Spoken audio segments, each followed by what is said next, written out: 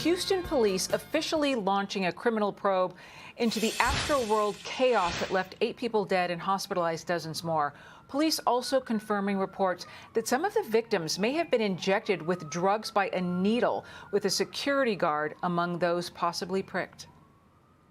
Of a security officer, he was reaching over to restrain or grab a citizen, and he felt a prick in his neck. And the medical staff did notice a prick that was similar to a prick that you would get if somebody's trying to inject.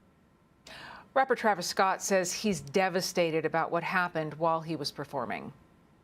I'm honestly just devastated, and I could never imagine anything like this just happening. We've been working closely with everyone to just try to get to the bottom of this. It's worth noting this isn't the first time the Grammy-nominated rapper has been in trouble with the law. On 2 separate occasions in 2015 and 2018, Scott pleaded guilty to misdemeanor charges of reckless conduct after telling fans to jump barricades, rush the stage, and bypass security during concerts in both Chicago and Arkansas. Abby, I want to come to you first and get back to what originated as a rumor, but the idea that people were feeling syringe jabs coming out of nowhere. I can't imagine. Again, our hearts and prayers go out to the families of everyone who died, because to think that you're going to a concert, it's an innocent thing, you're going to have fun, and there's someone potentially pricking other people in the neck and injecting them with drugs. I'm speechless thinking about it. And actually, some of the names of the victims were released in their photos. John Hilgert, 14 years old. Brianna Rodriguez, 16. Franco Patino, 21. Rudy Pena, 23. And then when you hear about Travis Scott and the fact that he's encouraged this type of behavior before, and he's actually been sued and arrested for it and hasn't learned his lesson, I hope that other artists are seeing this and they're encouraged to not, encourage this type of behavior, for lack of better word, at their concerts as well. And Charlie, we are just learning that the first lawsuit in this case has now been filed on behalf of one of the victims. It seeks $1 million. It is against Travis Scott, Live Nation, which is the organizer, and Drake, the performer who at one point was also on stage with Travis Scott. I think this is just going to be the beginning. Yeah. When we talked about this last night, all we could really say is, my goodness, how terrible, how tragic, our hearts went out to the families. But as new information comes out, you start to wonder what the hell is going on in this place.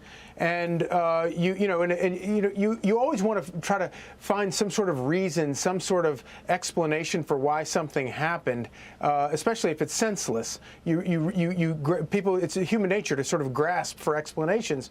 Well, and it's something like this. You often don't find explanations. But if in fact this guy, Travis Scott, who has a record of trying to encourage his fans to rush the stage, if in fact, and all the videotape will be gone through, all of the footage of people, Instagramming and doing stuff from off of their phones, it's all going to be looked through. If in fact he did that again, he should be locked up, and he should be sued for millions of dollars. He should be sued out of existence if he did this. This concept that there aren't consequences for the things you do and the things you say, especially in a crowded, boisterous environment like this. It really is, it's shocking beyond words. And Joe, we're just learning of this lawsuit. The investigation is still underway. We don't know who's going to be held liable here. However, in the lawsuit, they call this predictable, that this was predictable. And the fact that this has happened in the past, I just wonder, even if Travis Scott didn't encourage people in this moment to rush the stage, if his fans know that he has done that in the past, I'm wondering if that could come into play here. Exactly.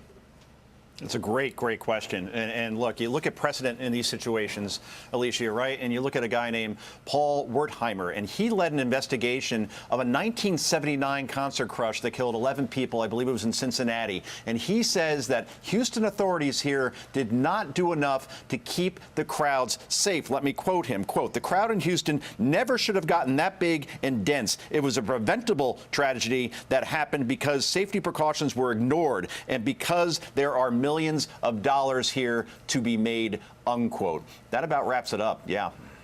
Yeah, and Abby, you know, I think there's going to be a question now. I think that's going to have to be addressed is how do you handle crowd size at these festivals, right? What, 50,000 people in attendance at this festival? When you're talking about general admission, you kind of assume, you know, one person goes, a lot of other people are going to go as well. Yeah, I mean, I think that's exactly it. I don't really know if you can control a crowd of that size. So I think it would have to come from the organizers of not selling as many tickets. Of course, they will lose money, but that money is worth it to, you know, spare someone's life.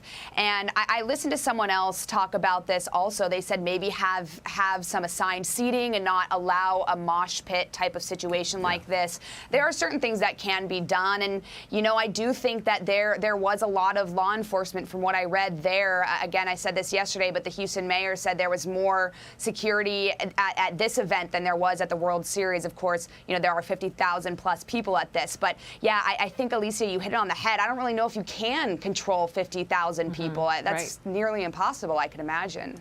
Well, we will continue to watch this. Hey, Sean Hannity here. Hey, click here to subscribe to Fox News YouTube page and catch our hottest interviews and most compelling analysis. You will not get it anywhere else.